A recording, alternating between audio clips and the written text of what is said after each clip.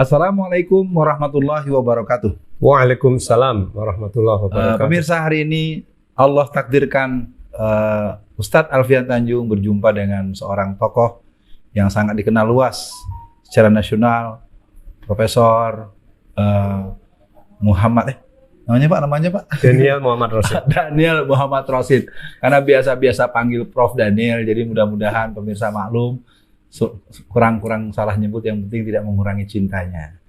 Jadi pada hari ini kita akan melanjutkan satu rangkaian Uwat Bertamu. Nah, Assalamualaikum Prof. Waalaikumsalam. Alhamdulillah Prof, hari ini kita memang ada pada satu situasi yang mungkin Prof dengan segala kesibukan dan saya juga dengan segala kesungguhan untuk bisa lebih berperan setelah saya sempat belajar di perguruan khusus selama 4 tahun. Saya akan awali dengan hal yang romantis. Sebenarnya Prof Daniel ini waktu kecil cita-citanya apa sih? Waktu kecil waktu kan itu kamu mau jadi apa? Gitu.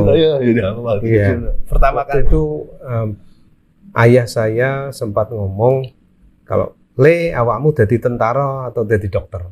Nah, itu yang kira-kira sampai SMA masih.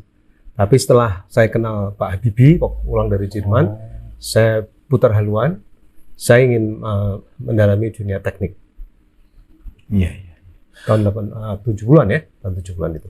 Ya. Baik, kita hari ini akan coba berselancar dan saya punya amanat agar bisa bicara pelan-pelan, mengalir.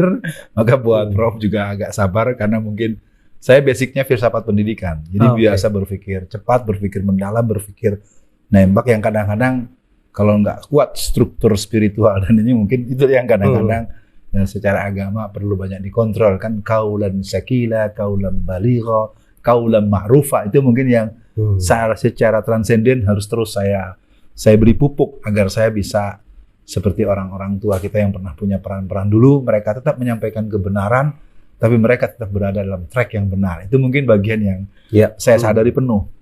Nah, mungkin saya akan masuk kepada Prof. Sekarang situasi seperti ini, negeri kita dengan segala ragam persoalan, apa nih yang Prof. Daniel betul-betul galau, betul-betul masyghul, betul-betul gerisah, baik dengan negeri ini, dengan bangsa ini, dengan umat Islam, dan mungkin dengan generasi muda seperti saya yang relatif boleh dibilang mahasiswa Prof lah, sebagai mahasiswa program doktoral kelas luar gitu ya. Silakan Prof. Ya. Jadi sejak kira-kira 20 tahun yang lalu saya diminta oleh Pak Gubernur Jawa Timur waktu itu. Siapa tuh Prof Gubernur? Waktu itu Pak Imam Utomo. Pak Imam Utomo. Kira-kira 20 tahun yang lalu kira-kira ya. Setelah saya selesai menjadi pejabat struktural di ITS waktu itu. Saya dipaksa untuk pejabat struktural saat itu Prof jadi dekan. Pembantu rektor. Pembantu rektor 1. Bukan, pembantu rektor 4 urusan kerjasama. Allahu Akbar. Lanjut kerjasama. Ya. Jadi waktu itu saya diminta oleh Pak Imam Utomo untuk menjadi ketua Dewan Pendidikan Jawa Timur. Setelah saya selesai urusan itu ya. Setelah di Muhammadiyah saya diminta untuk amanat Undang-Undang Pendidikan Nasional itu pembentuk Dewan Pendidikan Provinsi, dan saya diminta oleh Pak Imam Utomo untuk ngawasi Dewan Pendidikan itu. Jadi kemudian saya terlibat dalam isu-isu kebijakan publik sebenarnya, jadi public policy, terutama terkait dengan pendidikan. Lalu merembet, saya di Dewan Pakar Jawa Timur sebagai anggota, kemudian terakhir jadi ketua. Itu juga ketemu dengan orang berbagai macam background, pengusaha, birokrat, akademisi, tentara, dan sebagainya. Sehingga saya mulai akrab dengan isu-isu kebijakan daerah paling tidak ya. Dan saya tahu bahwa persoalan kita sebetulnya dimulai sejak reformasi. Karena terjadi amandemen ugal-ugalan, sehingga rumah kita ini sebetulnya bukan rumah Pancasila lagi. Ini sudah rumah amburadul. Jadi kalau sekarang ada narasi seolah Pancasila itu terancam oleh Islam, itu agak aneh karena Pancasila sudah nggak ada dalam praktek. Ya. Tapi itu kemudian ditiup-tiupkan seolah masih ada, dan yang mengancam itu Islam. Ya. Padahal Islam sudah dikubur ini habis-habisan oleh para kaum sekuler kiri, radikal terutama. Kemudian juga mereka ini memanfaatkan kaum nasionalis yang saya sebut sebagai useful idiot, ya, idiot yang digunakan oleh. Baik Prof, saya tarik sedikit karena kebetulan saya juga punya basic ilmu pendidikan. Ada dua kejadian yang saya memandang ini perlu diperdengarkan kepada publik luas, masyarakat Indonesia dan terutama umat Islam. Dulu kita pernah punya undang-undang yang disebut dengan UU PN tahun 1989. Kalau tidak salah Undang-Undang nomor 2 kalau tidak salah.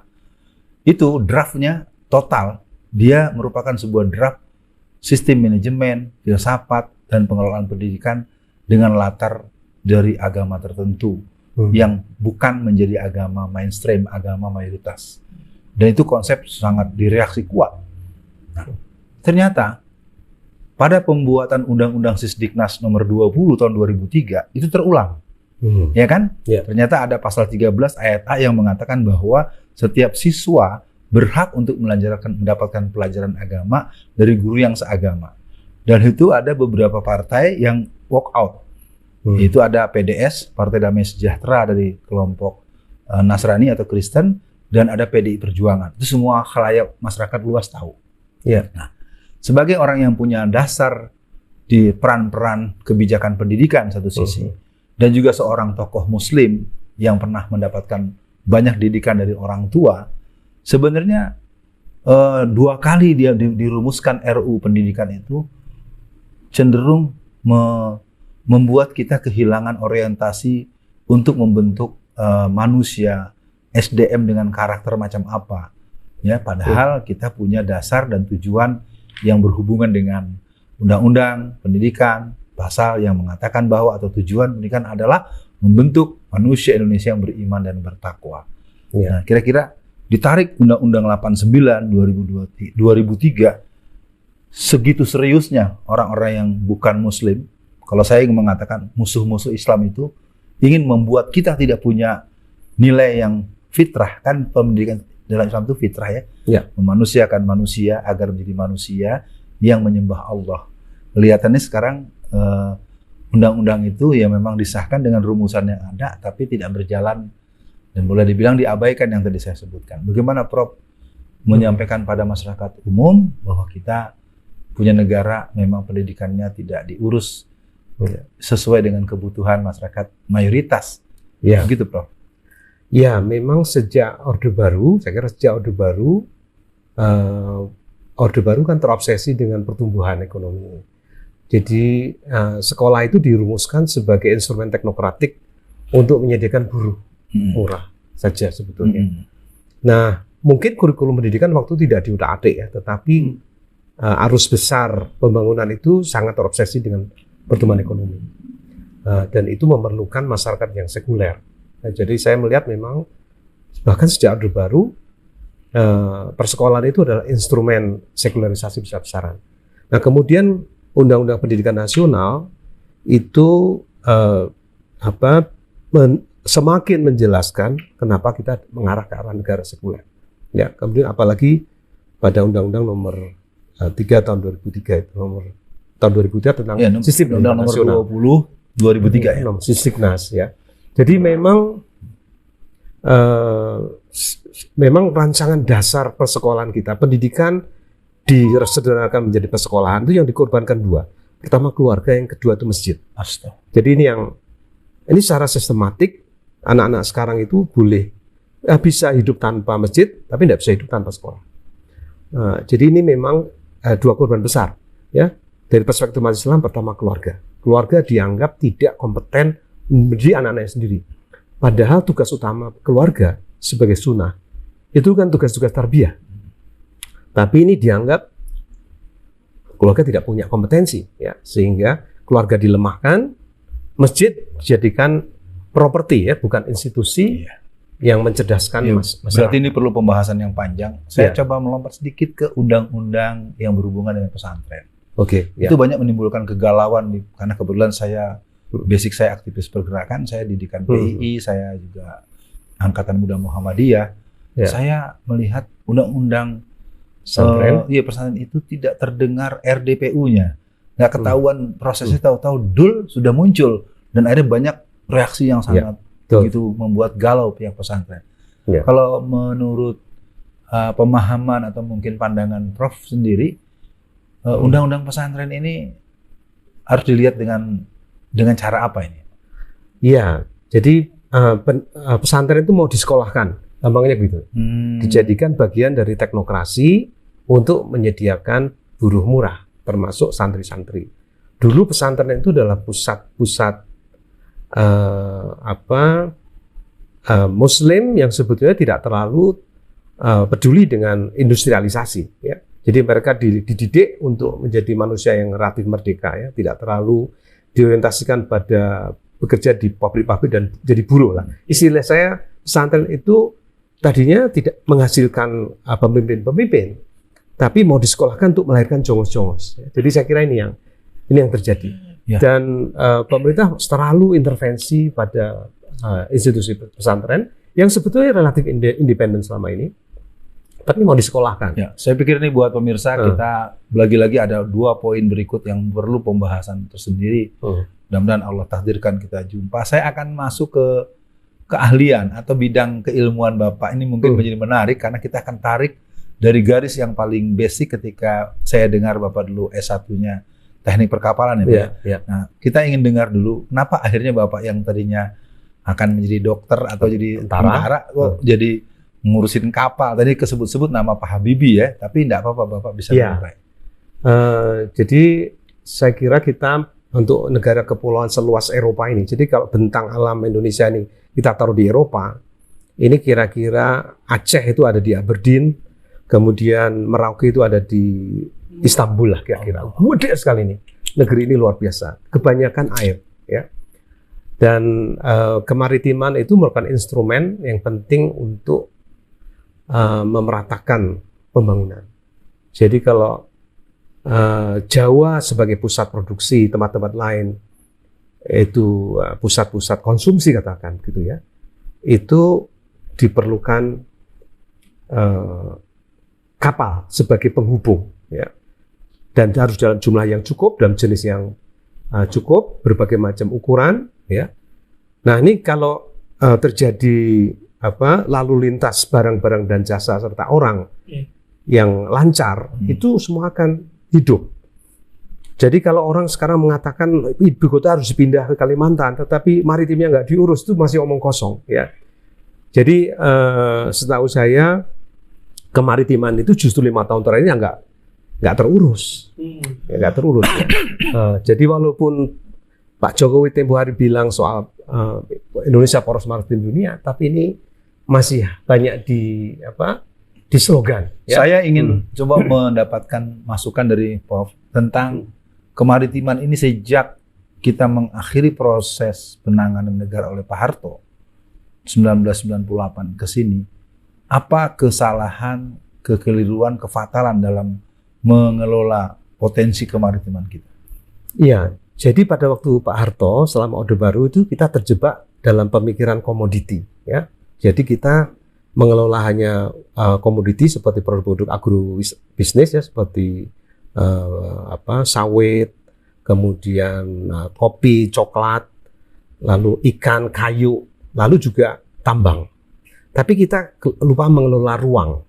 Jadi kemaritiman itu khususnya soal ruang. Ya, jadi kenapa Singapura yang sebetulnya kecil sekali, lebih kecil dari Panajam Pasir Utara ya, tapi dia punya kekayaan mungkin 10 kali lipat pendapatannya rata-rata orang Indonesia. Karena dia mampu menempatkan posisinya itu di Selat Malaka dan dia mengambil keuntungan dari ruang itu. Ya. Jadi mengelola ruang itu lebih sulit daripada mengelola komoditi. Kalau kita apalagi soal menjual komoditi yang tidak diproses ya, mentahan gitu, itu harganya murah sekali. Bahkan yang menentukan harga bukan kita, yang menentukan harga kopi itu di London. Ya. Sementara angkutan itu dilakukan oleh kapal-kapal asing. Nah, kalau angkutan kopi, angkutan minyak itu diangkut oleh tanker-tanker kita masih dapat keuntungan. Tapi begitu angkutannya pun kita serahkan kepada orang asing, kita cuma dapat sedikit sekali. Kalau di masa Orde Reformasi ini apa kekeliruannya? Iya, waktu setelah Gus Dur naik itu Gus Dur tahu bahwa kelautan harus diurus sehingga dibentuk Kementerian Eksplorasi Kelautan waktu itu, ya. tapi kemudian masih terjebak pada pemikiran komoditi sampai hari ini. Ya, kita ribut ekspor sawit, ekspor batu bara, ekspor emas, ekspor tambang macam-macam. Tapi secara ruang kita tidak kelola dengan baik. Ini masalah ini terjadi karena yang mengerti seperti Prof. Daniel ini tidak mengingatkan pengambil kebijakan, atau ada pembiaran atau ketidakbolehan. Ada ketidakbolehan. Ya, jadi memang kita dibiarkan jadi petani, bukan pedagang beras. Nah, jadi kalau kita melihat maritim sebagai instrumen perdagangan, maka kita bisa lebih kaya daripada sekarang ini. Ya. Nah, sekarang ini posisi kita ini cuma sekedar petani dan nelayan, bukan pedagang beras. Iya. Iya. Jadi mental Minangnya kurang. Ya.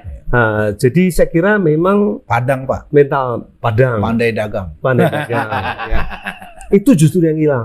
Iya. Muslim itu dilupakan keterampilan dagangnya itu, terutama melalui maritim. Jadi kalau kita lihat Majapahit itu kuat karena dia ngurusi laut.